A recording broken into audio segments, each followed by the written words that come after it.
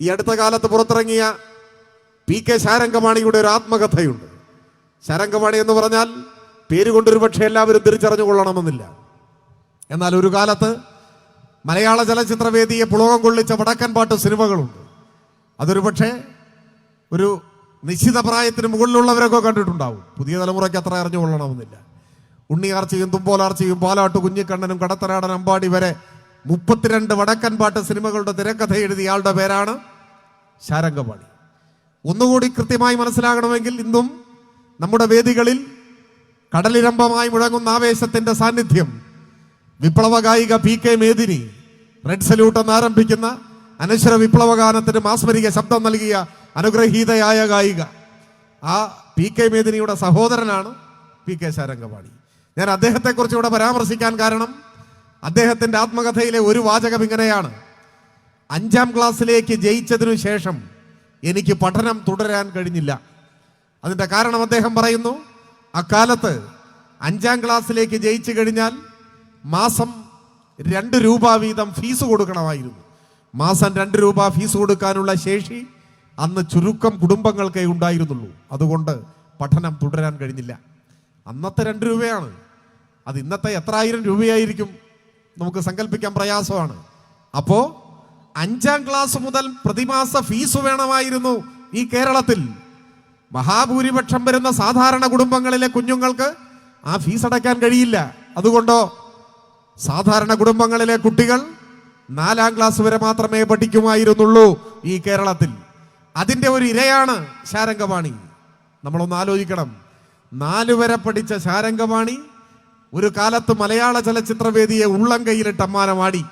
അപ്പൊ അദ്ദേഹത്തിന് കുറെ കൂടി പഠിക്കാൻ കഴിഞ്ഞിരുന്നെങ്കിലോ ഇത്രമാത്രം ഉയർന്ന നിലയിലേക്ക് ഒരു പക്ഷെ അദ്ദേഹം വളരുമായിരുന്നില്ല എന്നാരു കണ്ടു? അതാണ് ചരിത്രം. ആ ഒരു ചരിത്രമുള്ള ഈ കേരളത്തിൽ 1957 EMS ഗവൺമെന്റ് അധികാരത്തിൽ വന്നപ്പോഴാണ് വിദ്യാഭ്യാസ വകുപ്പ് കൈകാര്യം ചെയ്ത നമ്മുടെ നാട് ആദരവോടുകൂടി കാണുന്ന പ്രശസ്തനായ നിരൂപകൻ കൂടിയായിരുന്ന ജോസഫ് മുണ്ടശ്ശേരി, അദ്ദേഹമായിരുന്നു വിദ്യാഭ്യാസ മന്ത്രി. ആ ഗവൺമെന്റാണ് 7ാം തരം വരെ ഫീസ് അടയ്ക്കേണ്ടതില്ല എന്ന ചരിത്രപരമായ തീരുമാനം കൈക്കൊണ്ടത്. ആ തീരുമാനത്തിന്റെ പിൻബലത്തിലാണ് കേരളത്തിലെ ലക്ഷക്കണക്കിന് വരുന്ന കുടുംബങ്ങളിലെ കുഞ്ഞുങ്ങൾ 5ാം തരത്തിലേക്ക് പോകാൻ തുടങ്ങി, 6ലേക്ക് വിജയിച്ചു, 7ൽ പഠിക്കാൻ തുടങ്ങി. അപ്പോഴേക്ക് ഗവൺമെന്റിനെ പിരിച്ചുവിട്ടു. 1989 വിമോചന സമരം. പിന്നെ ഒരു ദശാബ്ദം കഴിഞ്ഞു. 67 വീണ്ടും EMS മുഖ്യമന്ത്രിയായി. വീണ്ടും കമ്മ്യൂണിസ്റ്റ് പാർട്ടി നിയന്ത്രിക്കുന്ന ഗവൺമെന്റ് വന്നു. ആ ഗവൺമെന്റ് അധികാരത്തിൽ വന്നപ്പോഴാണ് 10ാം ക്ലാസ് വരെ ഫീസ് അടയ്ക്കേണ്ടതില്ല എന്ന ചരിത്ര പ്രസിദ്ധമായ തീരുമാനം കൈക്കൊണ്ടത്. കേരളത്തിലെ സാധാരണ കുടുംബത്തിൽപ്പെട്ട ഒരു കുട്ടി ചരിത്രത്തിൽ ആദ്യമായി 10ാം ക്ലാസ് പാസ്സായത് 67 EMS ഗവൺമെന്റിന്റെ ചരിത്രത്തിൽ ഇടം പിടിച്ച ഈ തീരുമാനത്തിന്റെ ഭാഗമായാണ് നമ്മുടെ നാടിന്റെ വിദ്യാഭ്യാസ പുരോഗതി. അതുകൊണ്ടോ ഒരുപാട് കുട്ടികൾ സ്കൂൾ വിദ്യാഭ്യാസം പൂർത്തിയാക്കി, അവർ തുടർന്ന് പഠിച്ചു. അങ്ങനെ കേരളത്തിലെ ഗ്രാമപ്രദേശങ്ങളിലെ തൊഴിലാളിയുടെ വീട്ടിൽ നിന്ന്, സാധാരണക്കാരന്റെ വീട്ടിൽ നിന്ന്, കർഷക തൊഴിലാളിയുടെ വീട്ടിൽ നിന്നൊക്കെ ഉന്നത വിദ്യാഭ്യാസം നേടിയ കുട്ടികളുണ്ടായി. അവർ മത്സര പരീക്ഷകൾ എഴുതി പാസ്സായി. അവരിൽ ചിലർ അധ്യാപകരായി, കുറച്ചുപേർ ഡോക്ടർമാരായി, എഞ്ചിനീയർമാരായി, ചില ആളുകൾ കളക്ടർമാരായി, വിവിധ ഉദ്യോഗസ്ഥന്മാരായി. ഇന്ത്യയിൽ ഗ്രാമപ്രദേശങ്ങളിലെ സാധാരണ കുടുംബങ്ങളിൽ നിന്ന് അധ്യാപകരും കളക്ടറും എഞ്ചിനീയറും ഡോക്ടറുമെല്ലാം ആകുന്നത് ഈ കൊച്ചു കേരളത്തിൽ മാത്രമുള്ള ഒരു അത്ഭുതമാണ് എന്ന് നിങ്ങൾ കണ്ടോളണം. ആ അത്ഭുതം യാഥാർത്ഥ്യമാക്കിയ പാർട്ടിയുടെ പേരാണ് CPIM എന്ന് ചരിത്രത്തിൽ നിന്ന് നമുക്ക് വായിച്ചെടുക്കാനാകും. ഇന്നും രാജ്യത്തിന്റെ പല ഭാഗങ്ങളിലും സ്ഥിതി എന്താണ്? എല്ലാ കുട്ടികൾക്കും സ്കൂളിൽ പോകാൻ പറ്റുന്നുണ്ടോ? പോഷകാഹാരക്കുറവ് കൊണ്ട് കുഞ്ഞുങ്ങൾ മരിച്ചു വീഴുന്നില്ലേ? അമ്മമാരുടെ പോഷകാഹാരക്കുറവ് കൊണ്ട് കുഞ്ഞു ജനിക്കുമ്പോഴേ കുഞ്ഞു മരിക്കുന്നു, അമ്മ മരിക്കുന്നു. ഇന്ത്യയിലെ പല സംസ്ഥാനങ്ങളിലും മരണത്തിന് വേണ്ടി മാത്രമുള്ള പിറവികൾ നടക്കുന്ന നാടായി രാജ്യത്തിന്റെ പല ഭാഗങ്ങളും ഇപ്പോഴും മനുഷ്യർ വൻകിട ജന്മിമാരുടെ കാൽ കീഴിലെ പുഴുക്കളെ പോലെ നരക ജീവിതം നയിക്കുമ്പോൾ ജീവിത നിലവാര സൂചികയുടെ കാര്യത്തിൽ ഈ കൊച്ചു കേരളം അമേരിക്കയുമായി മത്സരിക്കുന്നു, ജപ്പാനുമായി, ഓസ്ട്രേലിയയുമായി, ബ്രിട്ടനുമായി മത്സരിക്കുന്നു. ലോകമാധ്യമങ്ങൾ, ലോകത്തിലെ സാമൂഹ്യ ശാസ്ത്രജ്ഞന്മാർ, സാമ്പത്തിക ചിന്തകന്മാർ കേരളത്തെ അത്ഭുതത്തോടു കൂടി കാണുന്നു. ഇതൊന്നൊരത്ഭുതം. ഒരു 3ാം ലോക ദരിദ്ര രാജ്യത്തിലെ ഒരു കൊച്ചു സംസ്ഥാനം ജീവിത നിലവാരത്തിന്റെ വിവിധ സൂചികകൾ വെച്ച് വികസിത മുതലാളിത്ത രാജ്യങ്ങളോട് മത്സരിക്കുന്നു. അതിന് പ്രാപ്തനാക്കിയത് ഈ മഹാപ്രസ്ഥാനമാണ്. നമ്മുടെ പാർട്ടി, നമ്മുടെ ഗവൺമെന്റ് കൈക്കൊണ്ട തീരുമാനങ്ങളുടെ, ഇച്ഛാശക്തിയുള്ള നിലപാടുകളുടെ ഭാഗമായി ഈ കേരളം മാറി. 80-ൽ നായനാരുടെ ഗവൺമെന്റ് അധികാരത്തിൽ വന്നപ്പോഴല്ലേ ഇന്ത്യയുടെ ചരിത്രത്തിൽ ആദ്യമായി കർഷക തൊഴിലാളിക്ക് പെൻഷൻ കൊടുക്കാൻ തീരുമാനിച്ചു. അന്ന് വരെ പെൻഷൻ എന്ന് പറഞ്ഞാൽ ആ വാക്കിന്റെ അർത്ഥം മറ്റൊന്നായിരുന്നു. സർക്കാർ ഉദ്യോഗമുള്ളവർ ഒരു നിശ്ചിത വയസ്സിൽ സർവീസിൽ നിന്ന് വിരമിക്കുമ്പോൾ പിന്നെ മരണം വരെ അവരുടെ സേവനത്തെ മതിച്ചുകൊണ്ട് സർക്കാർ ഒരു നിശ്ചിത തുക മാസം തോറും കൊടുക്കും. അതാണ് പെൻഷൻ എന്ന് വെച്ചാൽ സർക്കാർ ഉദ്യോഗസ്ഥന്റെ ഔദ്യോഗിക ജീവിതത്തിന് ശേഷം കിട്ടുന്ന വേതനമാണ് പെൻഷൻ. അതായിരുന്നു പെൻഷന്റെ അർത്ഥം. ആ വാക്കിന്റെ അർത്ഥം 80-ലെ നായനാർ ഗവൺമെന്റാണ് മാറ്റിക്കുറിച്ചത്. എന്തായി? കർഷക തൊഴിലാളി പെൻഷൻ അർഹനാണ്.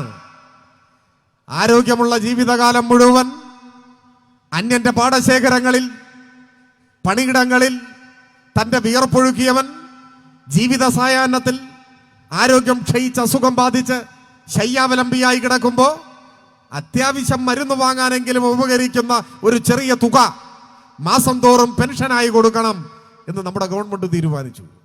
ചിലർ നെറ്റിയൊളിച്ചു, ചിലരല്ല. കോൺഗ്രസിനായിരുന്നു ഏറ്റവും വലിയ അസ്വസ്ഥത. കർഷക തൊഴിലാളിക്ക് പെൻഷനോ? പരിഹസിച്ചു. എങ്ങോട്ടാണ് ഈ ഗവൺമെന്റ് പോകുന്നത്? കോൺഗ്രസ് ഒരു സിദ്ധാന്തം അവതരിപ്പിച്ചു. പെൻഷൻ കൊടുത്താൽ അവർ കള്ളു കുടിക്കും. അതായിരുന്നു സിദ്ധാന്തം. ആരെങ്കിലും ചിലർ ചിലപ്പോൾ കുടിച്ചിട്ടുണ്ടാവും. അത് പെൻഷൻ കൊടുത്തിട്ടില്ലെങ്കിലും അതിനുള്ള വക കണ്ടെത്തും. അതൊരു മനഃശാസ്ത്രമാണ്.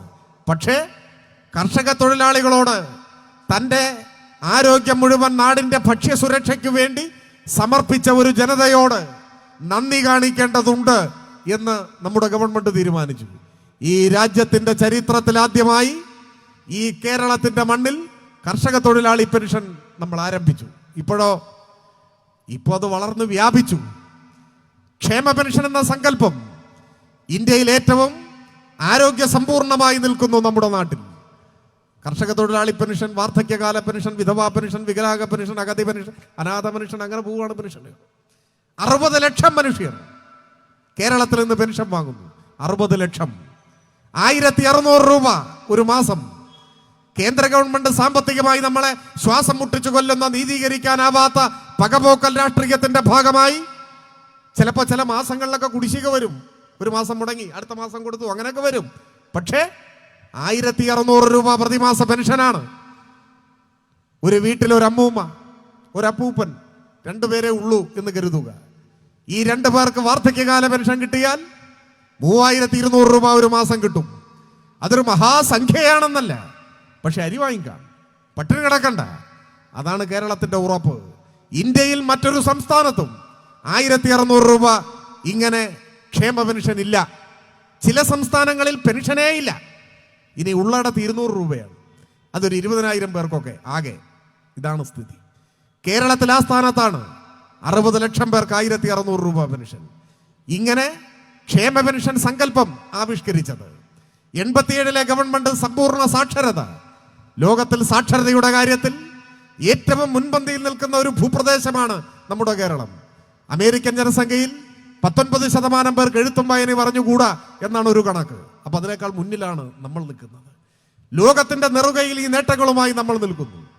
അധികാര വികേന്ദ്രീകരണത്തിന്റെ ചരിത്രത്തിൽ മഹത്തായ നാഴികക്കല്ലായി ജനകീയ ആസൂത്രണം മാറി. ഗ്രാമീണ മേഖലകളിൽ, ഗ്രാമപഞ്ചായത്തുകളിൽ ചെമ്മൺ പാതകൾക്ക് കറുത്ത നിറം കൈവന്നത് ആ ഗവൺമെന്റിന്റെ ജനകീയാസൂത്രണ പദ്ധതിയുടെ ഭാഗമായിട്ടല്ലേ? 96-2001 ഗവൺമെന്റിന്റെ കാലത്ത് ജനകീയാസൂത്രണം വന്നതിന് ശേഷമാണ് പഞ്ചായത്ത് റോഡുകൾ ടാറിടാൻ ആരംഭിച്ചത്. അത് എളുപ്പത്തിൽ മനസ്സിലാകാൻ ഒരു ഉദാഹരണം പറഞ്ഞു വന്നേയുള്ളൂ. മറ്റൊട്ടേറെ അധികാര വികേന്ദ്രീകരണത്തിന്റെ ഭാഗമായ മാറ്റം നമ്മുടെ ഗ്രാമപ്രദേശങ്ങളിൽ ഉണ്ടായത് ആ ഗവൺമെന്റിന്റെ പ്രവർത്തനങ്ങളുടെ ഭാഗമായി കൈവന്നതാണ്. ഇപ്പോഴും നവകേരളം എന്ന മഹാലക്ഷ്യവുമായി നമ്മുടെ ഗവൺമെന്റ് മുൻപോട്ട് പോവുകയാണ്. ആ കാര്യത്തെക്കുറിച്ചെല്ലാം നന്ദേട്ടൻ ഇവിടെയുണ്ട്, സംസാരിക്കും. ഞാൻ പറഞ്ഞു വന്നത്, ആധുനിക കേരളത്തിന്റെ സൃഷ്ടാക്കളായ നാം മലയാളിയെ അവന്റെ ജീവിത നിലവാരത്തിന്റെ അടിസ്ഥാനത്തിൽ ലോകത്തിന്റെ നെറുകയിലേക്ക് കൈപിടിച്ചാനയിച്ച നമ്മുടെ പാർട്ടി, നമ്മുടെ ഗവൺമെന്റ്. പക്ഷേ ആ പാർട്ടിയുടെ ജീവനെടുക്കാൻ ഉദ്ദേശിച്ചുകൊണ്ടാണ് എല്ലാ പിന്തിരിപ്പൻ പ്രതിലോമ ശക്തികളും ഇപ്പോൾ കൈകോർത്ത് ഒരുമിക്കുന്നു. RSSും കോൺഗ്രസും തമ്മിൽ യോജിക്കുന്നു. അത് ചരിത്രത്തിൽ പണ്ടേ ഉള്ളതാണ്.